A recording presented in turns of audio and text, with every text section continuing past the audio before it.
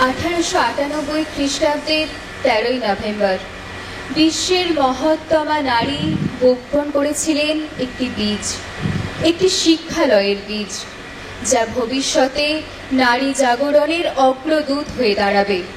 আজ সেই বপন করা বীজটি ফলে ফুলে পল্লবিত এক বৃহৎ বৃক্ষ।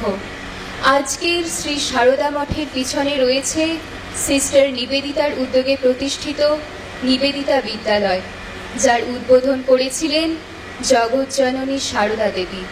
আর এই সব কিছুর মূলে ছিল যুগাচার্য স্বামী বিবেকানন্দের ঋষি দৃষ্টি। স্বামী বিবেকানন্দ নারী জাতির প্রতি অপরিসীম করুণা ও প্রেমে যে নারী মঠ সৃজন করে যেতে চেয়েছেন, তার সূচনাটি পায়ে পায়ে 125 বছর অতিক্রম করেছে।